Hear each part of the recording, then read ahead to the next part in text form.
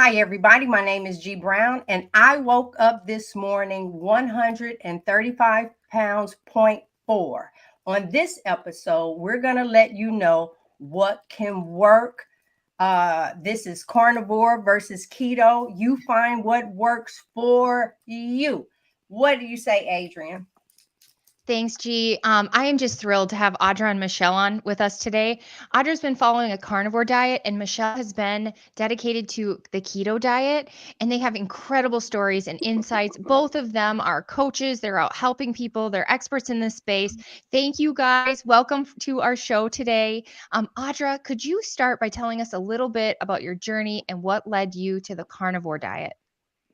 Well, basically, I've done every diet known to man, as most people, Jenny Craig, Weight Watchers, Nutrisystem, you name it, I did it. Cabbage diet, whatever the plan was, whatever the latest, greatest was, I did it, including weight loss surgery. And the problem I had was every single time I didn't have a problem losing weight, I had a problem keeping the weight off. So every single time I would go back to sugar. And I didn't understand that was what the culprit was the addiction to the sugar. And I did keto for a couple years and I did good with that. But then I switched to carnivore and all my cravings stopped. I don't have any more sugar cravings, constantly pushing me to do sugar. So that's what's worked for me is moving over to the carnivore space. Thank you. And Michelle, how about you? You're on the keto. Audra How could be about saying you? the same exact thing for me because I've tried every single diet that there is. When she said cabbage diet, I had literal flashbacks. I abused diet pills in high school. I abused laxatives. I did Weight Watchers on and off for 10 years. I had weight loss surgery as well, as you guys know, but I learned how to cheat every single thing that I did in order to, bury the emotional issues that I was actually carrying. And that was the underlying issue, the strongholds that I had to uncover why.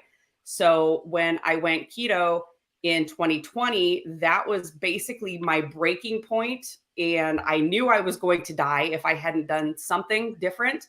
And once I finally let go of, I have to be skinny and skinny is all that matters, and changed my mindset to let's be strong and healthy and a survivor, then things actually started to fall into place. So I've done keto, I've done carnivore, I've kind of done the gamut of things and ended up back as a ketovore, I guess you can say.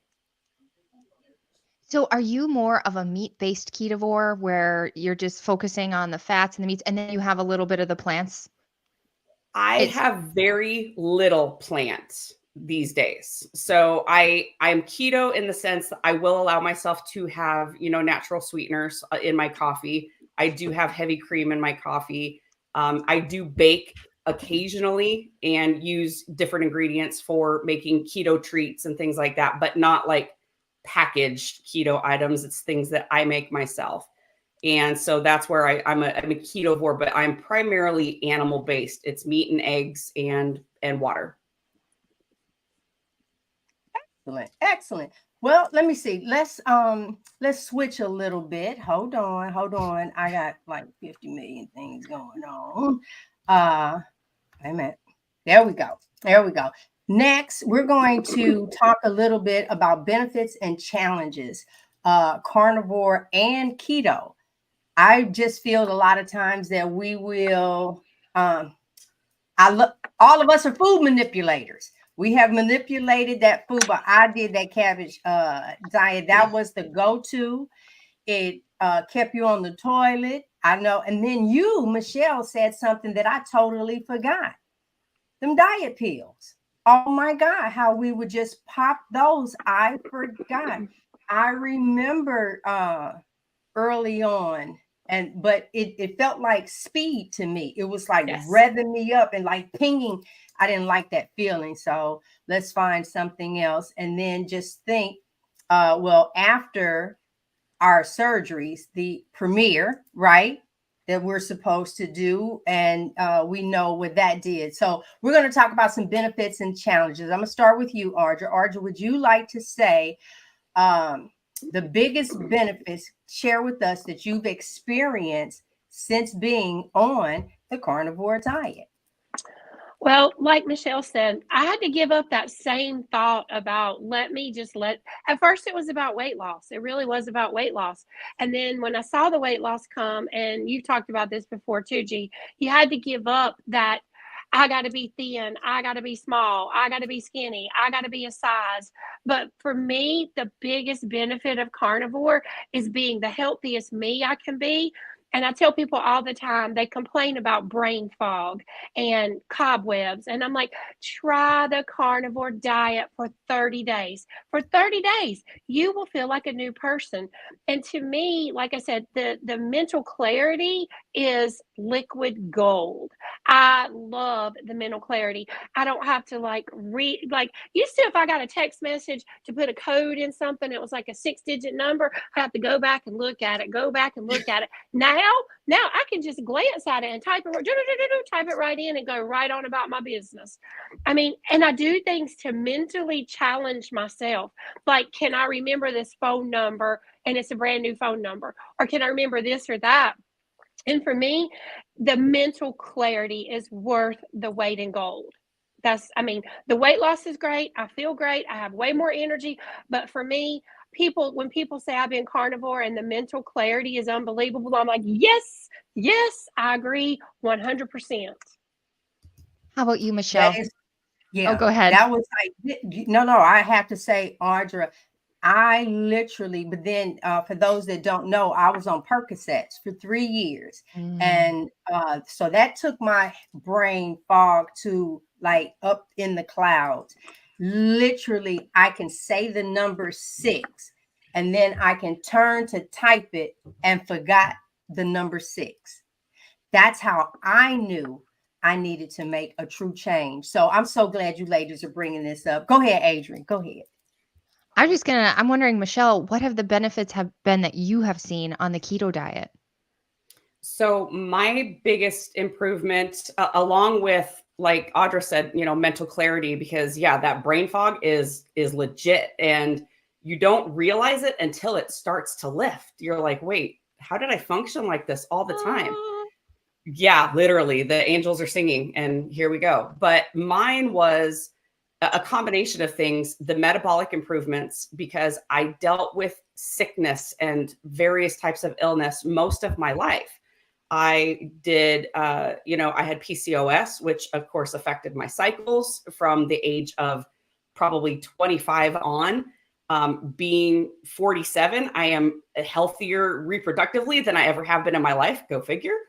I had chronic pain where like it didn't matter what I did. Like G said, she would take Percocets every day. I wasn't to that point, but I had issues nonstop.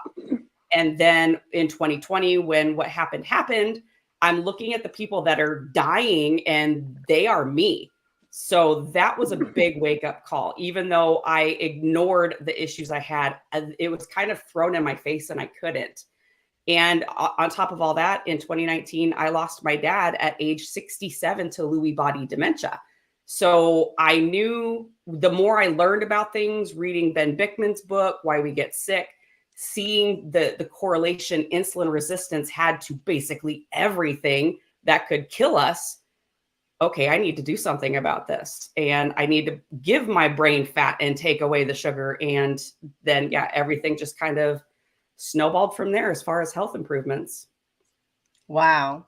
So I'm going to switch over to Audra real quick, because now I want to know, Audra, share some challenges that you've overcome. Okay. So used to, like I said, I didn't say this, but I was highly, highly addicted to sugar.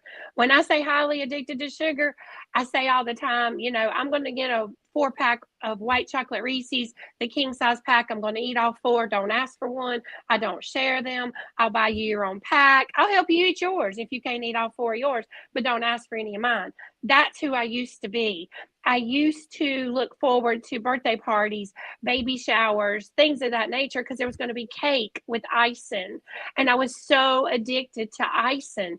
I mean, I would just go by the local bakery and get a little cup of icing with a spoon and eat it till I was nauseous, and then wait till it went away and then eat it again.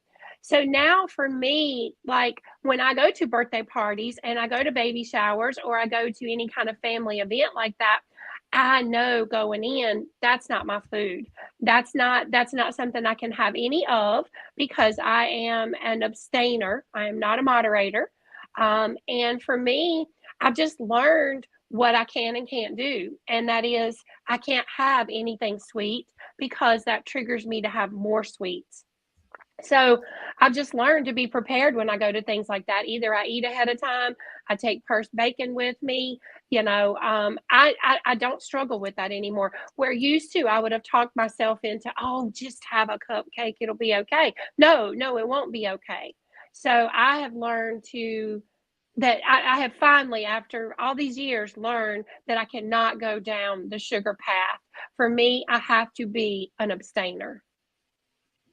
Wow. One of my things that I'm sharing now is for your body, fuel your body, don't feed it. I don't know. When I first heard that, a young lady that I was working with, that's what she said. And that thing just really resonated with me. Look for the fuel, which is going to come in your fats, which is going to come the way that you did everything that they've told us. It is like the opposite. So fueling your body instead of feeding this joke. When she said that, I thought about, now I'm getting ready to really tell my age. Feed me, Seymour, feed me. Y'all remember the movie where I'm talking? What is it? The Rocky Horror Picture? No, where he had the whatever this thing is that it's okay. I told my Little Shop of Horrors. That the Venus flytrap. Yeah. Feed me, Seymour. Feed me. It's Little Shop of Horrors, isn't it? Little Shop of Horrors. That's it. Yes, I used to watch that as a young person all the time. Adrian, did you want to shoot in here?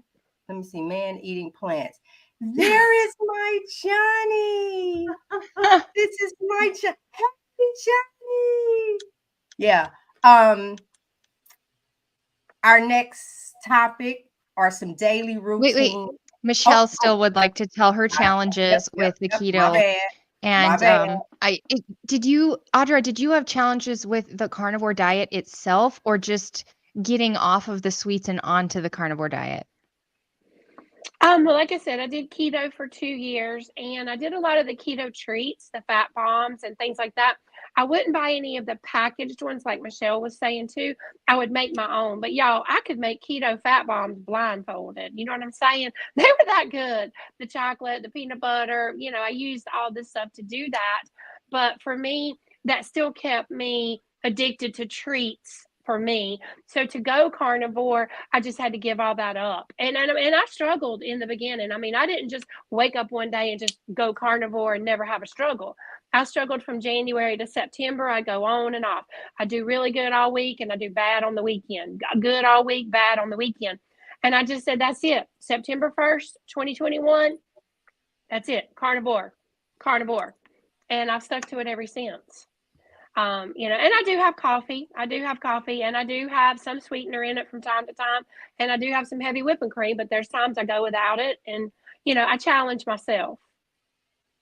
Yeah, same here. Sometimes I really have to challenge myself to stay focused to eating only the things that make me feel the best. And that is a challenge with everything around us, with traveling. You're in the airport, you get the smells, for most of my time at home, I can cut the coffee because like you said, I like to add the sweetener, I like to add the creamer. I like to add all the things that aren't helping me get to my goals. So I try not to have it at home, but you get in that airport and you're like, so it's just a struggle to just be. I like Joe and Rachel from Two Crazy Ketos. They talk about, I think they say it's called the 80% of the 90%, something like that. They, the better percentage you can be eating the things that make you feel good, the better off you are. But Michelle, how about you? Any challenges with the keto diet? So as far as challenges with the keto diet, it didn't matter what I ate. It didn't matter what I was classified as at that point. It was finally dealing with the strongholds that had me under their thumb that kept me going back to the things that I wanted, that kept the cravings happening. And when I finally dealt through all of that, I allowed myself to feel all the feelings and dig through everything that had been compounding my entire life.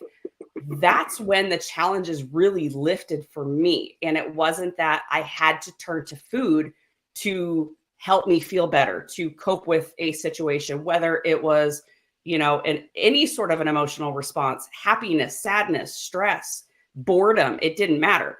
I always turned to food. And that was the challenge I had, no matter what it was, whether it was keto or carnivore, that I had to learn to get through. And that was ultimately what started leading to my success. I love that. I love how you just said, let's just like the classifications, it doesn't matter. This is the root. I totally agree. Yeah. Once you get past that, once you get that mindset shift happening and allow yourself to get uncomfortable and work through all the garbage, it's just amazing then what you realize you can do, the power you had within you the entire time. I got a question. Sorry to cut in, G, but for both of you ladies, how long was your pink cloud? Did you get a pink cloud, a honeymoon? Because they say when you're eating a meat-based diet, like for me, I didn't have to deal with those things for like 8 months because I was just on this pink cloud of feeling good, of feeling full, of feeling nourished, sleeping better, brain clarity. All these benefits were happening, but then once they say that the pink cloud is really big when you start eating meat. How was that for you guys? Or did you have to deal with stuff immediately? I still experience challenges. I have a very high stress job, a day-to-day job, and then coaching business on top of that, and just life in general, because, they love to just throw things at us. And, thank you, God, for the challenges you give me to make me stronger. But it's, I'm able to overall, it wasn't that I was floating on this pink cloud for X amount of time and then things kind of, petered out. It's, I can overall handle anything that's thrown at me now. Wow. I want to tap in on that. And this is G's story. Okay. Don't come at me. This is my story. I feel that when I first went carnivore, that within my first, 2 months, that I felt totally healed on everything. And that's when I first started talking about feeling 33 on the inside. I turned 60 next month. And when I cheated, which I cheated with alcohol, espresso martinis. Look, you see, I put an S on it. That pink cloud, I have yet to reach the clouds again, even though there's no cheating. So I recommend if you can get it and stay, because I didn't get that back. My husband never felt it at all. He always said there was something going on. And so I know for me that as long as I held into my convictions of what I'm trying to do with my body, the bottom line, it's your walk. It is your walk, your journey. And what I love the most is once you eliminate everything, a lot of people go through, I want to introduce this back. Well, now if you introduce something, you know how it's going to affect you. If I wake up and knowing that I didn't cheat, but then when I do this, it's like, oh, why is my fingers? Then I have to think, did I eat something? How was it prepared? And normally, maybe I was at a restaurant, maybe someone shared something with me, even though it was meat, it had something in it. I can feel it in my joints. So, and then right after that, it's gone. All right, we're going to switch for some daily routines and some meal planning. We need to know. All right. I'll start with Audra. Can you walk us through a typical day of you on the carnivore diet? Yes. So I'm one of those people, and this is just me. This is just me. You do you, I do me. You know what I'm saying? For me, sometimes I don't eat until lunchtime. Sometimes I'm not hungry in the mornings. So I'll kind of do an intermittent fasting kind of thing. And I kind of eat intuitively. I know you don't have a lot of hunger, G. You've talked about that before. You kind of have to remind yourself to eat. But for me, normally between 12 and 3, that's when I'm usually ready for my first meal. And then I'll have the second meal before the day's out. Sometimes I wake up on the weekends and I'm hungry in the morning and I'll have breakfast. But for me, it just kind of depends. And y'all know I do a lot of dehydrated meat. Everybody jokes about me being the queen of dehydration. So I've always got dehydrated meat at any given time. And that works well for me because that keeps me on track. And it keeps me on track for sure. So some days I do, some days I may have my first meal between 12 and 3. Some days I may have breakfast. Sometimes I may fast for 24, 48 hours. I try to switch it up and I try to do what my body needs. What you were saying earlier, we need to fuel our body, not feed our body. So if my body's not hungry, then I don't need to feed it. So that's kind of where I stand. Yes, that's fine. Perfect. I'm going to switch y'all out because I want to know, Michelle, you could do that as well. Tell us about a day in the life of Michelle. Again, very similar, except my eating window is earlier than Audra's. I wake up and I'm hungry. So my first meal is usually around 6 a.m. I'm usually up by 4:45, 5 o'clock. So I have my first meal around 6, and it's generally eggs and some sort of meat. I have, 25 chickens. So we have a plethora of eggs. So eggs are every single day. And then I usually eat around 12 or 1 o'clock in the afternoon. And again, she talked about the dehydrated meat. I dehydrate that shabu from Costco at least once a week, so that I've got it on hand, just so I have something, whether I'm on the go or not. Yesterday, for example, I had like 5 slices of turkey and some cheese with mustard. And that was my lunch. And I was full and I was good to go. And I don't eat the rest of the day because I'm not hungry. I don't follow the clock. I don't look at the clock and say, oh, it's 6 o'clock. I got to go eat now. And once I broke my husband of that, because he was military. So it's always, you have to eat at these specific times and you have to eat within 5 minutes, because otherwise, you don't get to finish. Once we broke him of that, then things really started happening for him as well. Oh, that is so funny, because that's one of the questions I want to ask you guys.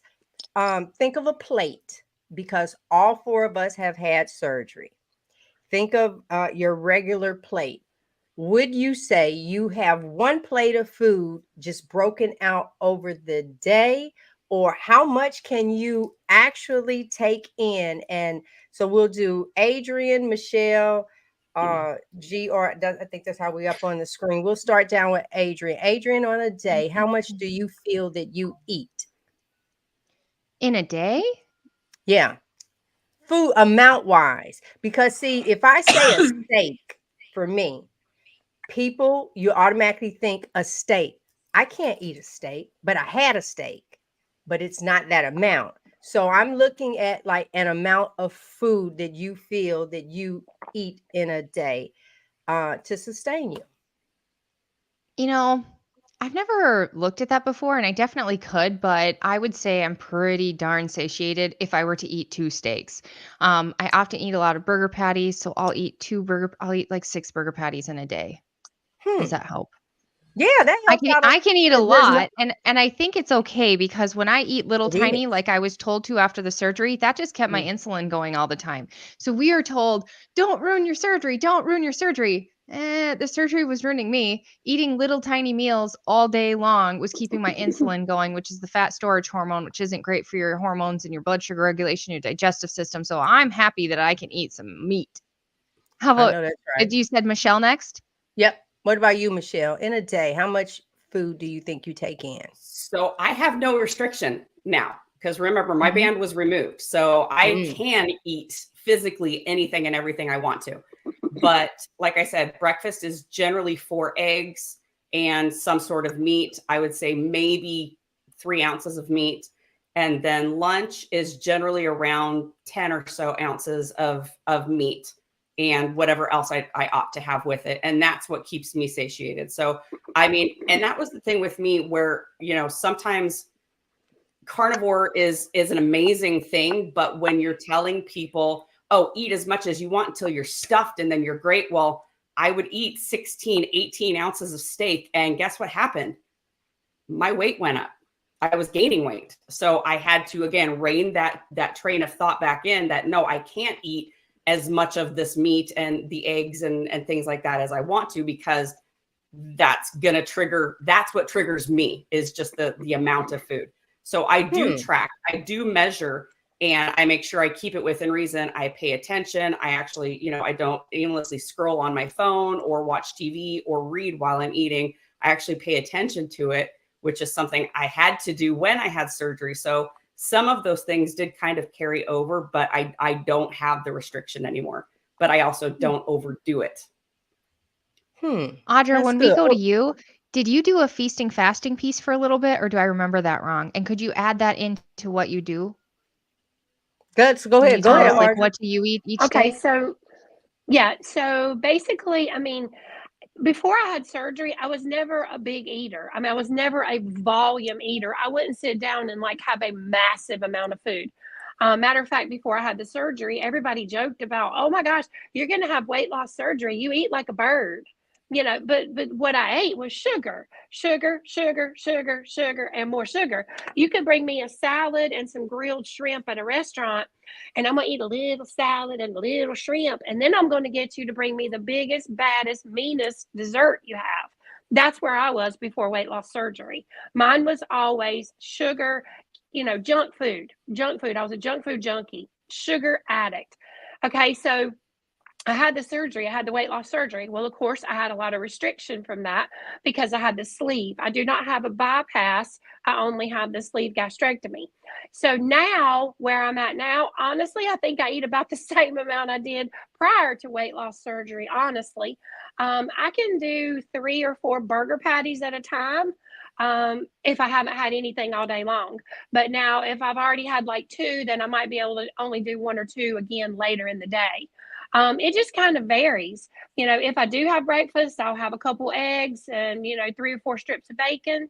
And if I go out to eat somewhere and have a steak, you know, I may have like a 6 or 8 ounce steak, and maybe a couple shrimp on the side.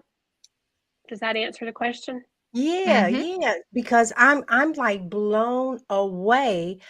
If I now see, I think it's Dr. Chafee that's in my brain when he says eat till it no longer tastes good, right? So it's not even the stuffing aspect of it, it's just eat till it no longer tastes good. And then I can only go by my husband because he's a OMAD. He eats once a day.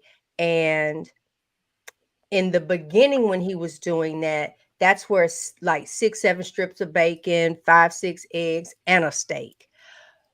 And I think at that point, when you first start like that, is because your body is really malnourished. It's like you really, it's so happy. Your body is so freaking happy. Don't pay attention to the scale. Enjoy. But then all of a sudden, that next week, you can't even do that. It's like he said, listen, you're cooking me too much food. This is like too much. And can I sit and eat it? Probably, because your stomach will, do what it do. But I don't want it. So I had to cut back. Now he's just strictly a steak. Maybe on the weekends we'll do an egg. But for me, I have to always say smaller does not mean healthier. So I started this video by saying I'm down to 135.4 pounds today. I believe the sardines had something to do with it because I've incorporated them, and not just that's all that I was eating. I incorporated some sardines. It all depends. My surgery didn't go well. I mean, I didn't have horrific things like you ladies, but for me, it's It's a food. I'm still manipulating food. Yesterday, I got up, of course, wasn't hungry, but then the acid started doing its thing. So I actually had to take a pill. Uh, and then today, for it not to happen, I ate before we came on. I did that as preventive. I wasn't really hungry, but I couldn't sit here and go through like the if it had started today. I don't know. After that, I might have a half of a steak. So a steak is normally yay, so it'll be like that. And I try and get my fat bites in. I do better off just eating when I think of it. It really is. But the biggest thing for me has been movement. Movement. I'm not a Adrian, on the other hand, every time I turn around, I'm waiting on her to tell me she can ready to go into bodybuilding and lift and weightlifting. I'm not kidding. She is like ping, ping, ping. Me, on the other hand, um, it's movement. It's out in the yard. It's I helped my husband cut a tree. We put some shelves up. And if I left it upstairs, I get happy to walk back up the stairs knowing that I'm walking up the stairs and I'm burning some stored fat. That's what I get excited over. So it sounds like all of us have uh we just have to learn what works for us. That's one of the reasons why, a lot of times people will turn around and say, "Well, what do you eat?" All of this is different. You have to find what works for you. You can't Mm-hmm. I mean, you can fake it or mimic. Find what works for you. Absolutely. Did we touch everything, Adrian? Because our next thing, let's talk about some social situations. That is like a big thing. And I know this last one where we were kind of together at Hack Your Health, that was easy because everybody was hollering meat. But on average, what is, let's see, how is this going?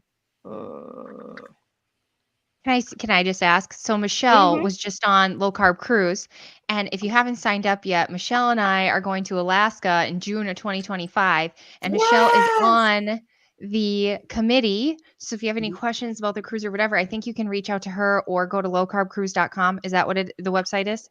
And you can find more Lowcarbcruise.com. information who to contact. But what I love about the cruises Actually, is if there's you tons just of hang on meat. a little bit, we'll plug it in right here. Let's finish this. We're gonna plug that in. We plug in Audra in, so we're gonna get that information out. Hang in there, y'all. Go ahead. I love that there's so much meat on low carb cruise on the cruises, but dang, so much of it they have like almost no sugar-free anything. Like there's like almost no diet pop. There's no it's like they haven't gotten on the keto train. They're working towards vegan, but not towards keto.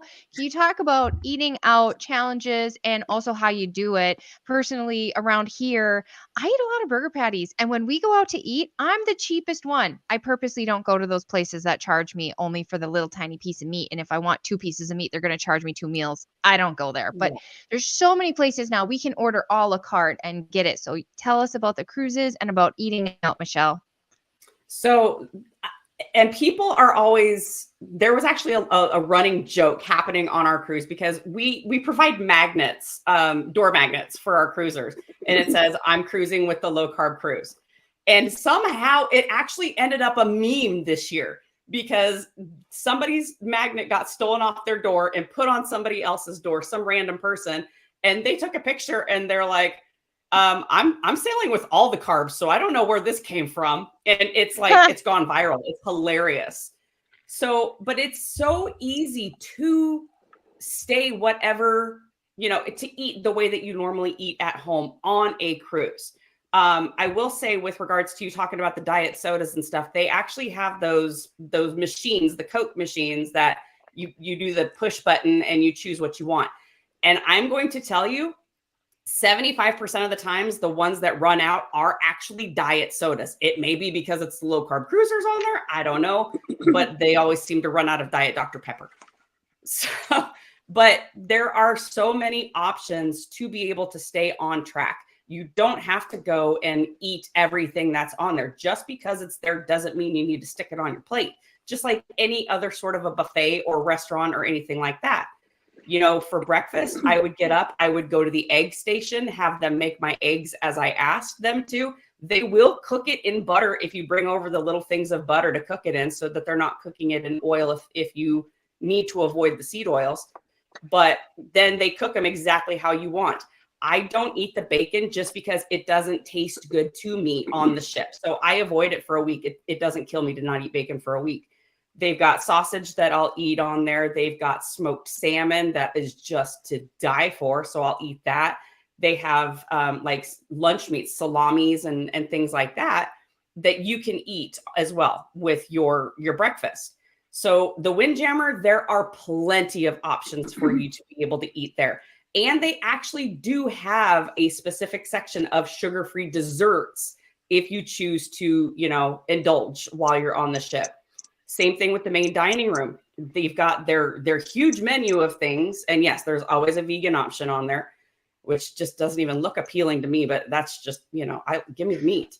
So I will overdose on escargot because I love escargot, and I will get 2 to 3 servings of that as my appetizer. They'll also do shrimp cocktail and things like that. And don't be afraid to ask them for more than one, because they are happy to oblige.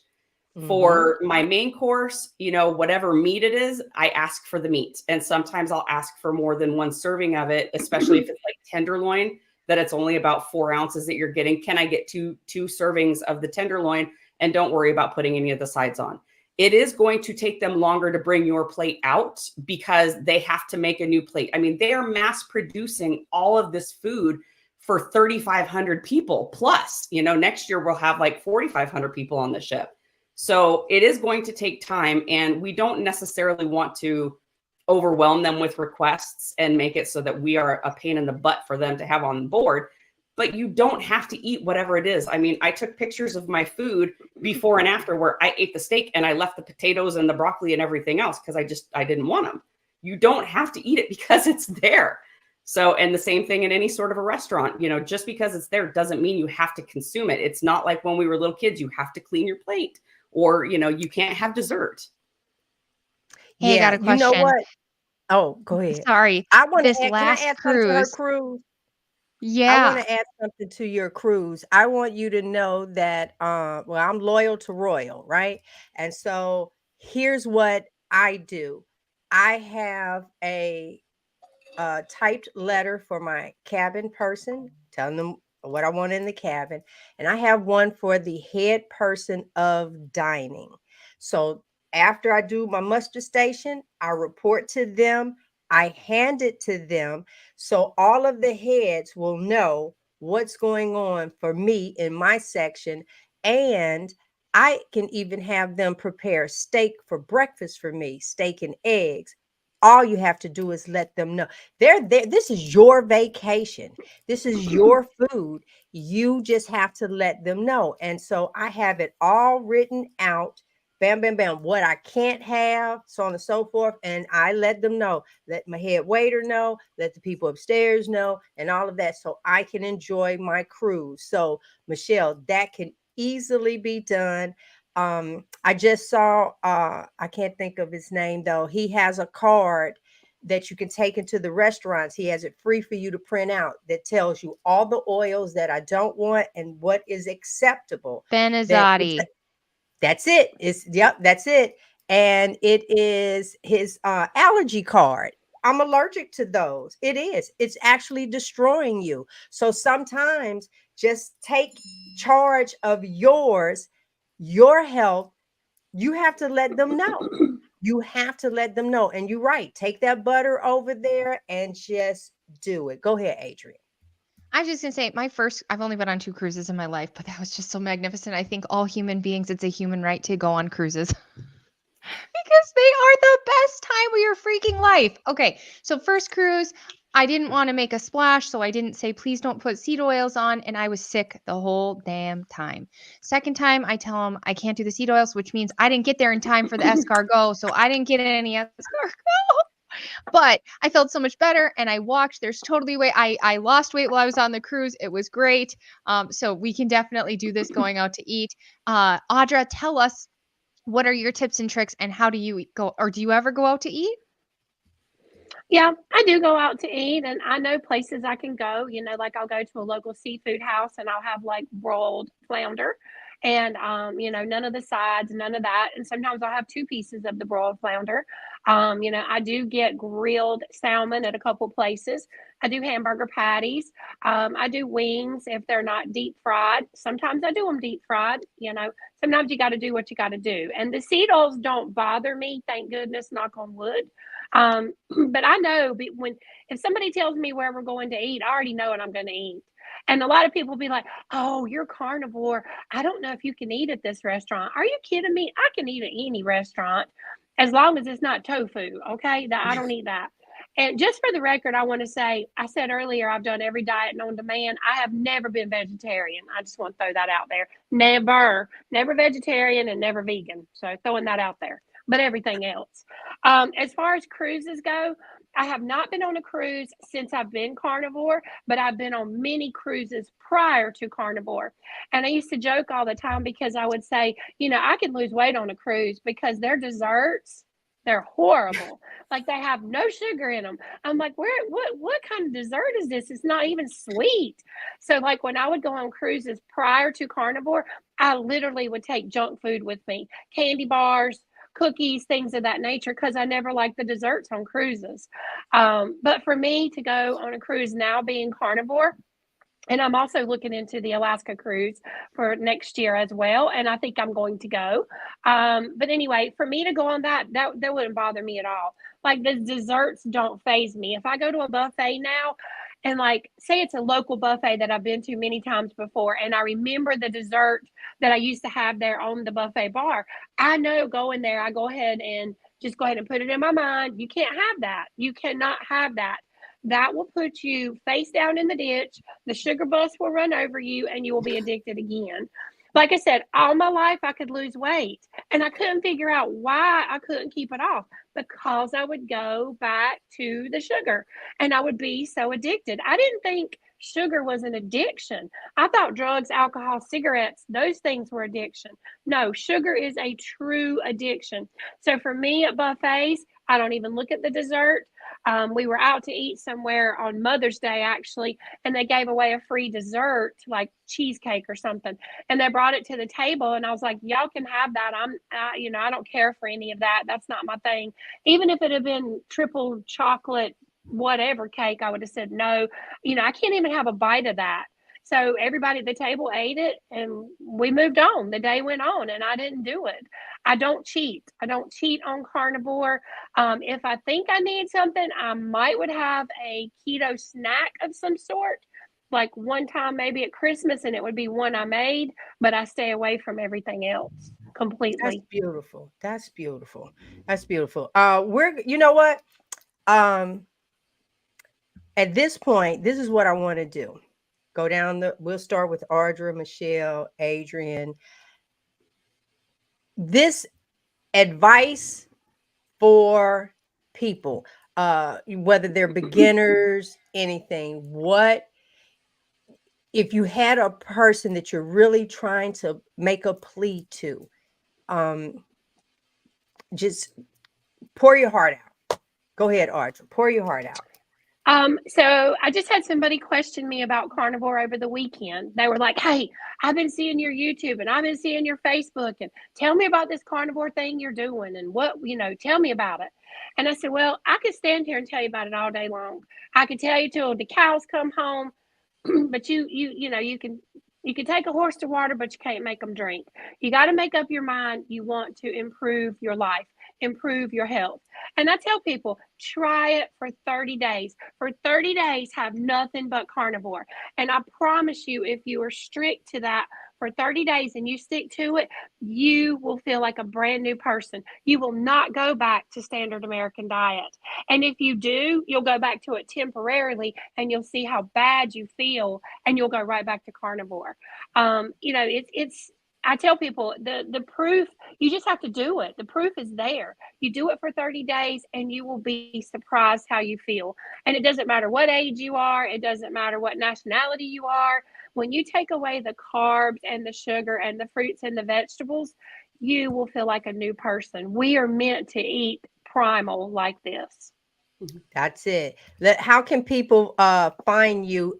Because one of the things, everyone, whether you're watching this live or replay, Audra is bringing this message along with coaching here to YouTube as well. She's on other platforms, but she has something wonderful for us here on the YouTube platform. So how can the people find you? Okay, so on YouTube, it's All Things Audra. My website is allthingsaudra.com. Facebook is All Things Audra. And my Instagram is Carnivore Private Eye. Okay, let me see. Carnivore. No, that's the under thing private. I'm going to get this up. PRIV. And then I remember that. Let that go across. Well, she has it right there, guys, in her show, All Things Audra, and then the Carnivore Private Eye, like that. That is how you can locate her. I'm asking you all, go and like her channel. Let's get her to her 1,000 subscribers.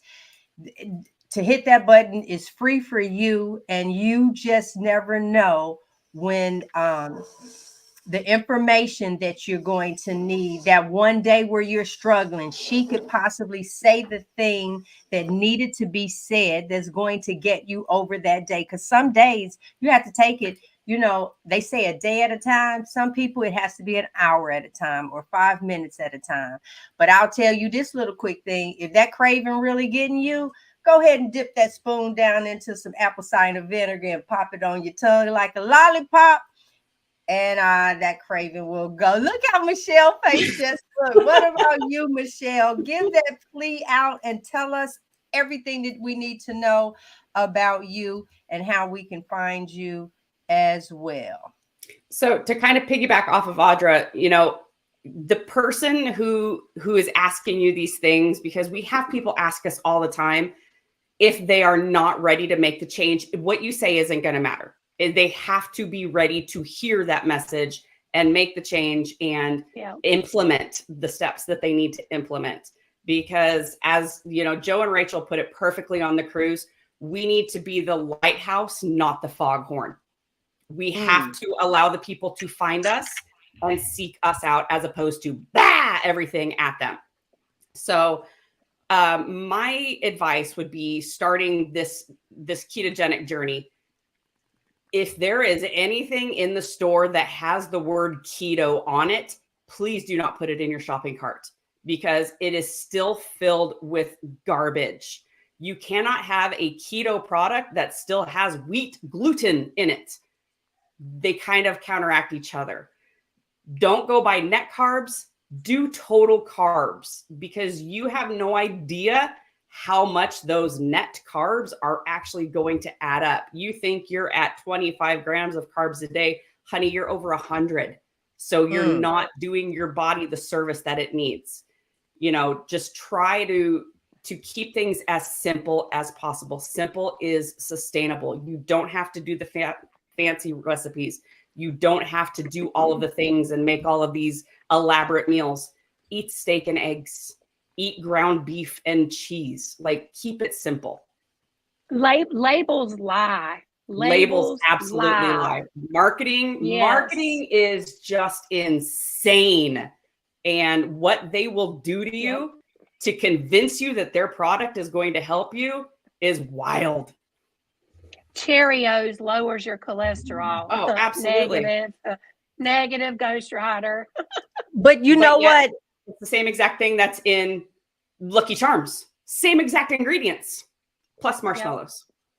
For fun. Right. What I tell people is, keep in mind, they're going to say what needs to be said to get you to buy the product. They're going to make millions of dollars. Then somebody might decide to sue them. They don't mind paying you $100,000, even $200,000. They've made millions, not Literally. 1 million, millions. So there's a lot. And then the new one is all natural flavors. Oh, yeah. If I see that, I just want to slap it all off the counter. Yes, all natural flavors. Michelle, I know you are keeping us keto, correct, on Instagram. Correct. Are you on YouTube? I am. It's also keeping us keto, no underscores. Okay. All right. Let me do that as well. All right, Adrian, go ahead and talk to us. My advice would be to watch a lot of other people who've done this and really envision this is going to work.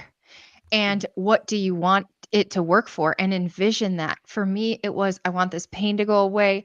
I want to sleep. I want to have my brain back. Like I was really sick when I started this, and I saw other people get well, and I envisioned this is going to work. It is going to work. It is going to work. It is going to work. And have a belief and a vision and really dig into your why. And then I have two ideas. One is you really don't know how good you can feel unless you do it.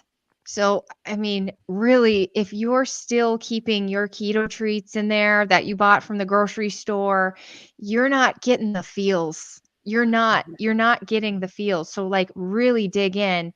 But my second thing would be if it feels too restrictive, keep one bridge. And I know people are going to throw rocks at me for saying that, but like Nope. I started and I did not drop the nasty International Delight chemical creamer because I needed that still.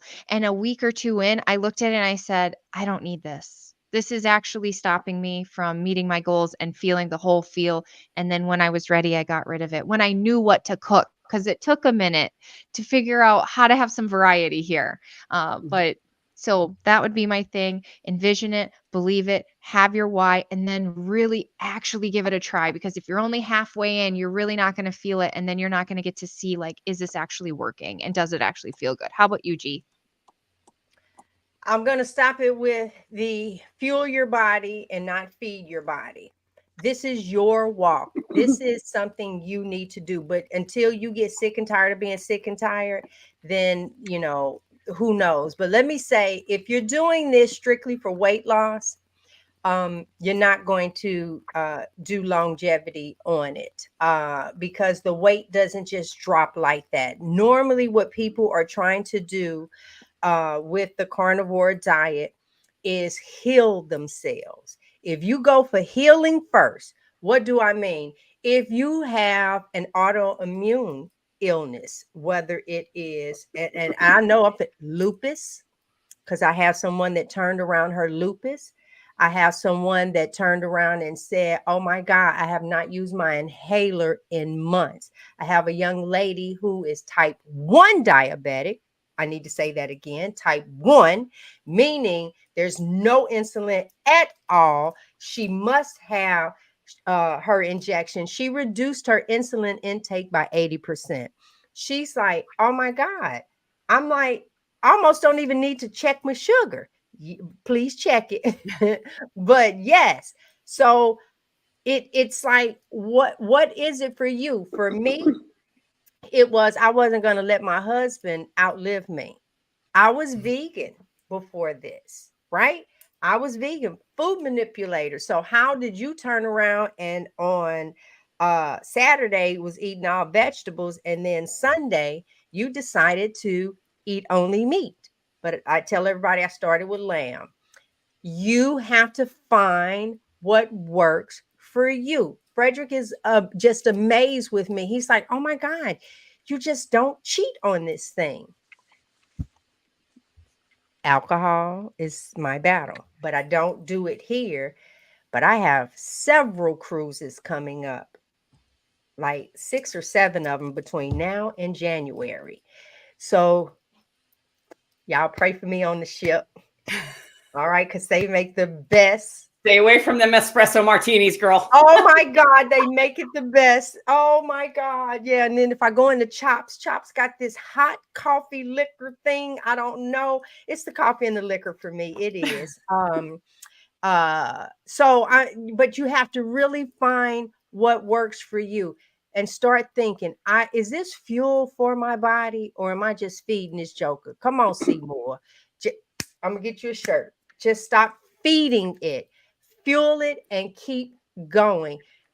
Everyone that's on this carnivore diet, If they say, I just got tired of eating meat, then so be it. So be it. But I know when you go back, you'll be back. You'll be back. You can do this. There are so many choices. Here you go. You like a seafood boil? When you see what works and what doesn't work, probably since I've been carnivore for a little over a year now, I have probably had 3 seafood boils. And I do them myself. I don't put a potato in there, and I don't put corn in there. Baby, I put that sausage, them boiled eggs, the scallop, the shrimp, the lobster, the crab. Hello? Yes. And you can turn around and have that. So that took care of your seafood. You want some sardines? Have at it. Huh? You want some tuna? Have at it. Think of the meat. Look at all the different ways that baby, you can smoke it, you can grill it, you can flip it, rub it up and down. Oh no, however you want to have it, you can do that.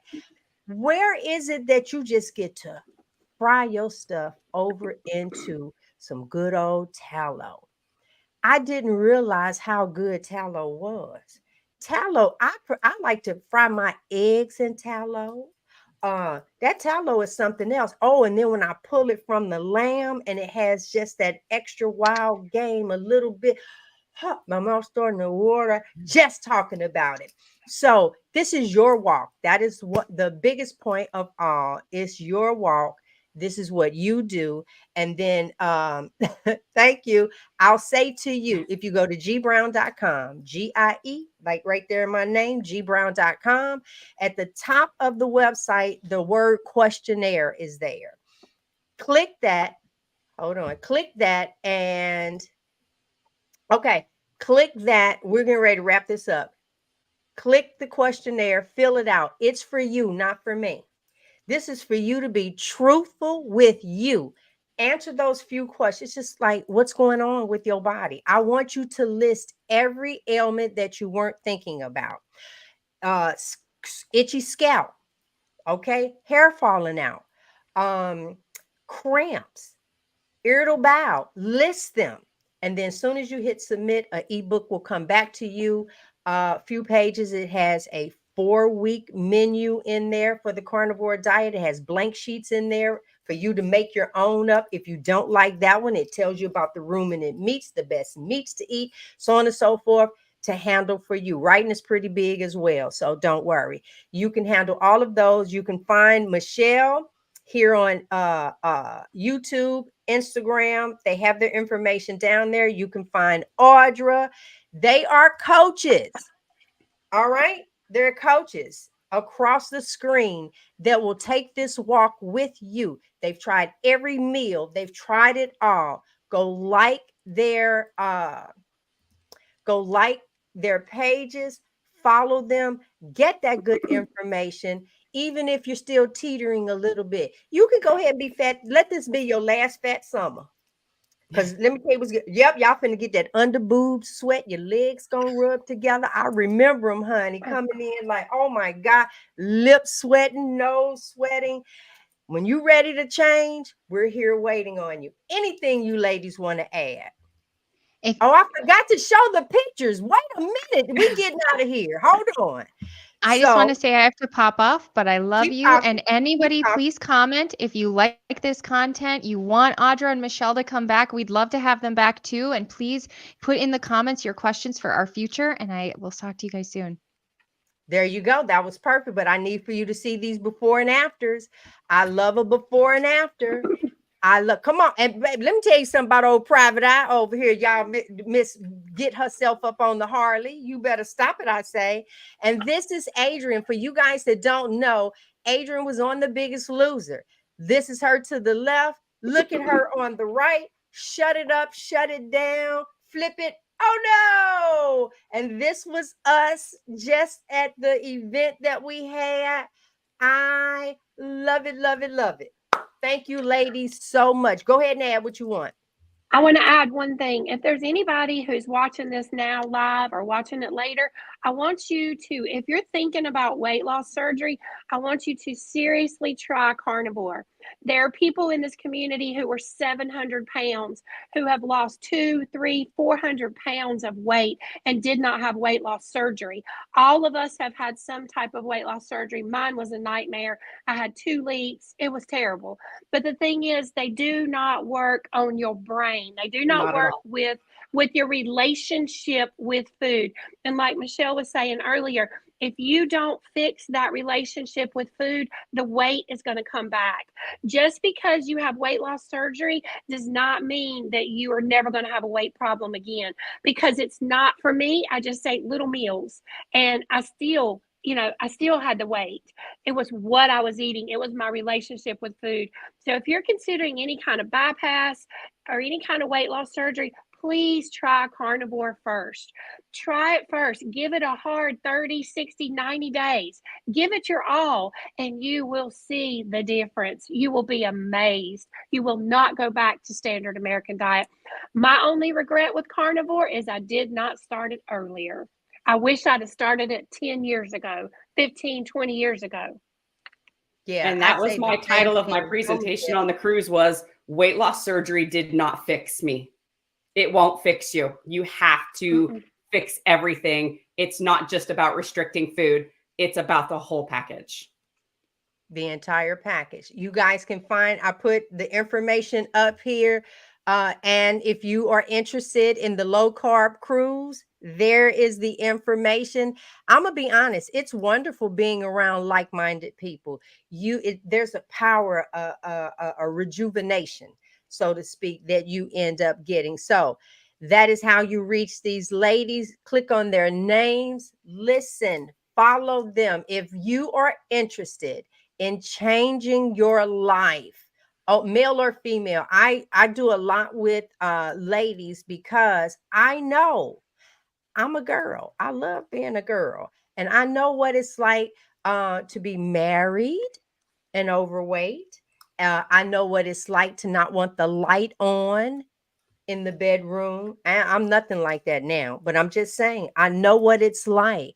I know what it's like to feel uncomfortable in that outfit. And you ask yourself, why do you even have it on? I know all of these things. So when you get to the point where you're sick and tired of being sick and tired, you're willing to take a prescription, because 99% of the prescriptions that you receive, it's a 30-day supply. But you willing to put that in with the side effects, huh? But you're not willing to try this. Just put the right nutrients inside of you, and you won't need any of that. And then all of a sudden, you're diabetic, and you are not having to take the insulin or the pill that, wow, wait a minute. Then your blood pressure now is going real, real low, and you have to talk to the doctor. Hey, I think this needs to change, or you weaning off of it. We are medication free, and so can you. I would like to say thank you, ladies, once again. Any final thoughts, anything that you want to add into there? Other than that, y'all run, go follow them, and you're going to hear some really good stuff. They share tips all the time, tips and tricks to get you to that next level. All right. All hearts and mind clear. Thank you, ladies. Thank you. Thank you for much having us. for sharing this lifestyle.